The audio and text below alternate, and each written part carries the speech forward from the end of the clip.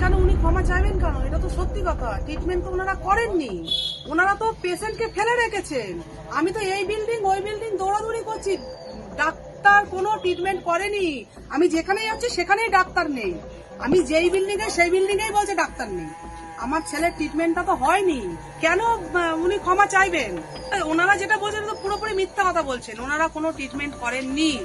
আমি ওই আপনার 9টা থেকে 9টা 5-10-এর মধ্যে গেছি। আমি হাসপাতালে আপনার 3.5 ঘন্টা 4 ঘন্টা ছিলাম, ঠিক আছে। আমি খোঁজ করছি যে ডাক্তারবাবু আছেন, কিন্তু ডাক্তারবাবু নেই, কোনো বিল্ডিং এ নেই, না ট্রমা কেয়ারে আছে না আউটডোরে আছে। এবং তার সাথে আমি যে আমার ছেলেটাকে হারিয়েছি, আমাকেও ওনারা মিথ্যাবাদী বানাচ্ছে। আমি তো আমার আশা নিয়ে গেছি আমার ছেলেটাকে আমি সুস্থ করবো, আরজি করে না, আরজি কর ভালো একটা মেডিকেল কলেজ, আমার ছেলে ট্রিটমেন্ট পাবে, আমি এই আশাটা নিয়েই তো গেছিলাম। কিন্তু আমি সেই আশাটা নিয়ে, আমার আশাটা পূর্ণ হয়নি। আমি এখন চাইছি আমার ছেলের জন্য বিচার হোক, আমার ছেলেটার বিচার হোক। সেপ্টেম্বর 2024 বিক্রম ভট্টাচার্য নামের 28 বছরের এক যুবক তার বাইক চালিয়ে যাওয়ার সময় হঠাৎ করে একটি ট্রাক তার বাইকে ধাক্কা মারে এবং এর ফলে তার দুটো পা গুরুতরভাবে আহত হয় এবং মাথাতেও আঘাত পান। তারপর 9টা 10 মিনিট নাগাদ তাকে আরজি কর মেডিকেল কলেজ হাসপাতালে নিয়ে যাওয়া হয়। তবে এরপর থেকে এই ঘটনার দুটি ভার্সন শুনতে পাওয়া যায়, একটিতে যেটি এই যুবকের মা বলছেন এবং আরেকটিতে যেটি আরজি কর হাসপাতালের ডাক্তাররা বলছেন। দুটি আমি আপনাদের শোনাবো এবং তারপরে আমি আমার নিজের মতামত কি সেটাও জানাবো। এছাড়া এই ঘটনার শুনানিতে সুপ্রিম কোর্টের প্রধান বিচারপতি জুনিয়র ডাক্তারদেরকে অবিলম্বে কাজে ফেরার কথা বলেন, সেই বিষয়েও আমরা এই ভিডিওতে আলোচনা করব। প্রথমে চলুন শুনে নেওয়া যাক যে সেই ছেলেটির মা কি বলছেন। সেই যুবকের মা প্রথম দিন থেকেই বলে আসছেন যে তার ছেলের বিনা চিকিৎসায় মৃত্যু হয়েছে। তবে তারপর ডাক্তাররা এই ঘটনাকে মিথ্যা বলায় তিনি বলেছেন ডাক্তারবাবুরা মিথ্যে কথা বলছেন, আর এখন তাকেও মিথ্যেবাদী প্রমাণ করার চেষ্টা চলছে। পাশাপাশি তিনি এও বলেন যে সংসদ অভিষেক বন্দ্যোপাধ্যায়ের বক্তব্য একদম সঠিক। অভিষেক বন্দ্যোপাধ্যায় এই ঘটনাটিকে উল্লেখ করে ওনার এক্স অ্যাকাউন্টে একটি পোস্ট শেয়ার করেছিলেন। সেখানে তিনি লিখেছিলেন যে আরজিকর ঘটনার প্রতিক্রিয়ায় চিকিৎসকদের চলমান প্রতিবাদের ফলস্বরূপ কোন্নগরের একটি অল্প বয়সী যুবক আজ একটি সড়ক দুর্ঘটনার পরে চিকিৎসা না পেয়ে 3 ঘন্টা রক্তপাতের পরে প্রাণ হারিয়েছে। যদিও জুনিয়র ডাক্তারদের দাবি ন্যায্য এবং বৈধ, আমি তাদেরকে এমনভাবে প্রতিবাদ করার আহ্বান জানাই যাতে জরুরি চিকিৎসা পরিষেবা ব্যাহত না হয়। প্রতিরোধযোগ্য অবহেলার কারণে মৃত্যু হতে দেওয়া অপরাধযোগ্য হত্যাকাণ্ডের সমতুল্য। যদি প্রতিবাদ চালিয়ে যেতে হয় তাহলে তা গঠনমূলকভাবে করা উচিত, সহানুভূতি ও মানবতার সাথে, যাতে নিষ্ক্রিয়তা বা অবহেলার মাধ্যমে আর কোনো জীবন ঝুঁকির মধ্যে না পড়ে। তবে অভিষেক ব্যানার্জির এমন মন্তব্যের পরে পাল্টা অভিষেক ব্যানার্জিকে ক্ষমা চাওয়ার দাবি জানানো হয় চিকিৎসকদের তরফে। এহেন পরিস্থিতিতে এবার মুখ খুললেন বিক্রমের মা কবিতা দেবী। হ্যাঁ, আপনি আরজি কর থেকে ডক্টর পূর্ণব্রত গুইন বলছেন?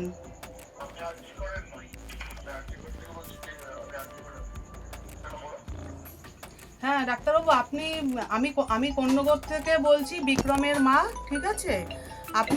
আপনি দাবি করেছেন যে আমার ছেলে নাকি ট্রিটমেন্ট পেয়েছে, কিন্তু আমার ছেলে তো কোনো ট্রিটমেন্ট পায়নি, কোনো চিকিৎসা পায়নি। তাকে আমি সকাল 9টার সময় আমি হসপিটালে নিয়ে এসেছি, 12:30 পর্যন্ত আমি এই বিল্ডিং ওই বিল্ডিং দৌড়াদৌড়ি করেছি, একটুকু কোনো ট্রিটমেন্ট পাইনি। তাহলে আপনি কেন এই মিথ্যে কথাটা বলছেন? আপনি কেন বলছেন মিথ্যে কথাটা, কেন বলছেন? আমি যেটা বললাম আপনাকে যে আপনি দাবি করেছেন আপনি পেশেন্টকে ট্রিটমেন্ট করেছেন, কিন্তু আমার পেশেন্ট তো কোনো ট্রিটমেন্ট পায়নি। আমি সকাল 9টায় এসেছি, সকাল 9টা থেকে 12:30 পর্যন্ত এই বিল্ডিং ওই বিল্ডিং দৌড়াদৌড়ি করেছি, এবং কি ছেলেটাকে যে আমি ট্রলি করে নিয়ে যাচ্ছি সেটাও হেল্প করার মতন কেউ আসেনি, ঠিক আছে। তাহলে আপনি বলছেন যে পেশেন্টকে ট্রিটমেন্ট করেছেন, কিন্তু আমার সামনে আমি সারাক্ষণ ছিলাম, আমার ছেলের তো কোনো ট্রিটমেন্ট হয়নি, আমার ছেলে তো লাস্ট পর্যন্ত ট্রিটমেন্ট না পেয়ে মারা গেল। তাহলে আপনি এই দাবিটা কেন করছেন, আর আপনি এই মিথ্যে কথাটা কেন বলছেন?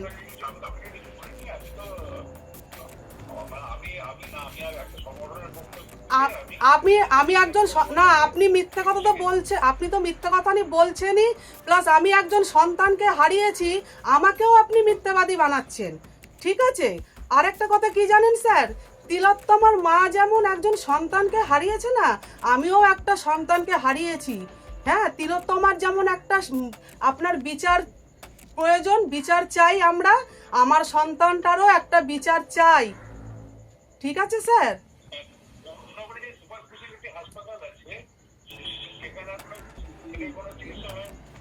না স্যার, ওখানে কোনো চিকিৎসা, না কোনো চিকিৎসা হয়নি আমাদের কোন্নগরে, সেরকম কোনো হসপিটাল নেই, কোনো হসপিটাল নেই, নেই নেই নেই কোনো কোনো কোনো হসপিটাল নেই স্যার। ঠিক আছে, না না, সেখানে আমাদের এখানে কোনো হসপিটাল নেই স্যার। ঠিক আছে,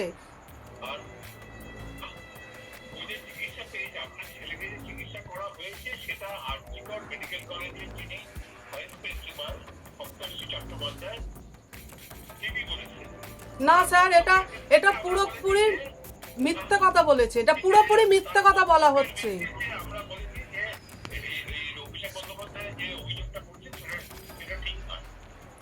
মিথ্যা না, এটা পুরোপুরি স্যার আপনারা মিথ্যা কথা বলছেন এবং আমাকেও মিথ্যাবাদী বানাচ্ছেন।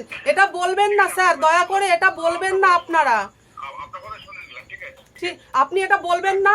ঠিক আছে, আমার সন্তানটার আমি বিচার চাই স্যার, আমার সন্তানটার বিচার চাই অবশ্যই। ঠিক আছে, ঠিক আছে স্যার। অন্যদিকে ডাক্তারদের সংগঠন অভিষেক ব্যানার্জির করা মন্তব্যের জন্য ওনার কাছে নিঃশর্ত ক্ষমা চেয়েছেন এবং ওনার দাবি অস্বীকার করে চিকিৎসকদের সংস্থা অভিষেক ব্যানার্জির কাছে একটি চিঠি লিখে তাদের মত স্পষ্ট করেছেন যে একটি মর্মান্তিক সড়ক দুর্ঘটনার শিকার এক যুবককে 6 সেপ্টেম্বর সকাল 10টা নাগাদ শ্রীরামপুর থেকে রেফার করে আর.জি. কর মেডিকেল কলেজে আনা হয়েছিল। সেই সময় ডিউটিতে থাকা চিকিৎসকেরা অবিলম্বে তার কাছে উপস্থিত হন এবং দুপুর 12টা 30 মিনিটে তার দুর্ভাগ্যজনক মৃত্যু না হওয়া পর্যন্ত বেশ কয়েকটি বিরতিতে চিকিৎসা সেবা প্রদান চালিয়ে যান। এই যে সেই চিঠিটির কপি, যেটা ডাক্তারদের সংগঠন অভিষেক ব্যানার্জিকে পাঠিয়েছিলেন। আপনারা চাইলে ভিডিওটি পজ করে এটি পড়ে নিতে পারেন। অন্যদিকে সোমবার জুনিয়র চিকিৎসকদের কাজে ফেরার সময় বেঁধে দিয়েছিল সুপ্রিম কোর্ট। সোমবার সুপ্রিম কোর্টে রাজ্যের আইনজীবী কপিল জানিয়েছেন কর্মবিরতির জেরে 23 জনের মৃত্যু হয়েছে। এরপরেই আগামীকাল বিকেল 5টার মধ্যে চিকিৎসকদের কাজে ফেরার নির্দেশ দিয়েছিলেন প্রধান বিচারপতি।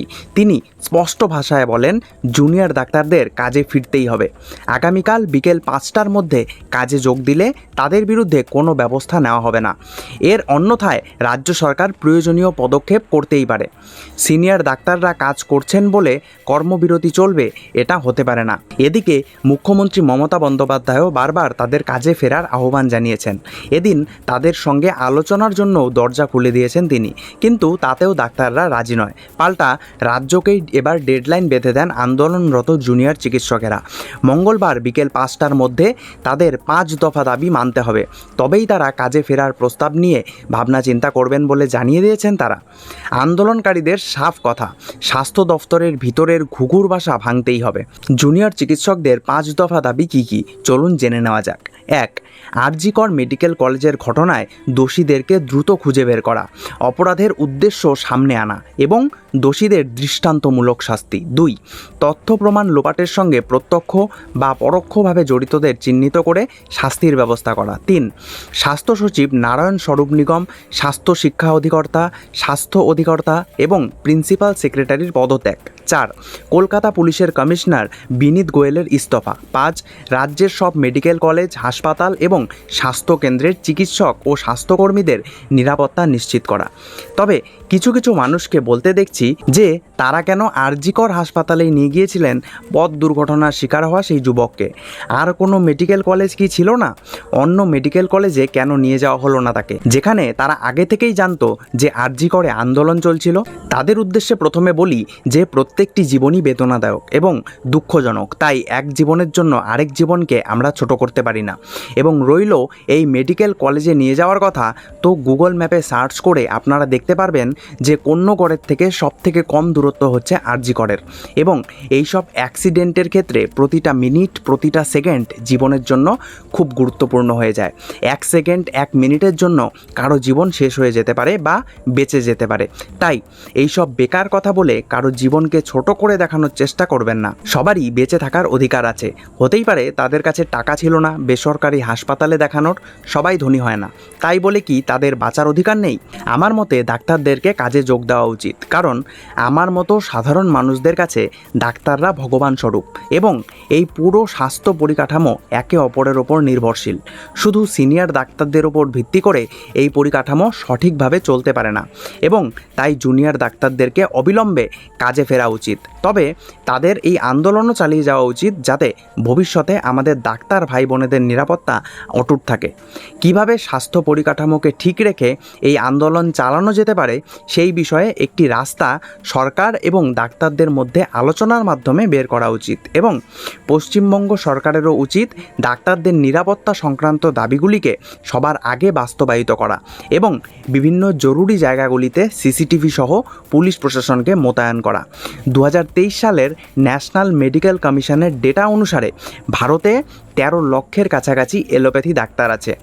যদি আমরা ধরে নেই যে মোট ডাক্তারদের মধ্যে 80% ডাক্তার অ্যাভেলেবেল থাকে, তাহলে অ্যালোপ্যাথিক ডাক্তার রোগীর অনুপাত প্রায় প্রতি 1045 জন পেশেন্টে একজন করে ডাক্তার আছে, যা বিশ্ব স্বাস্থ্য সংস্থার প্রস্তাবিত প্রতি 1000 জনে একজন ডাক্তারের তুলনায় সামান্য ভালোই বলা চলে।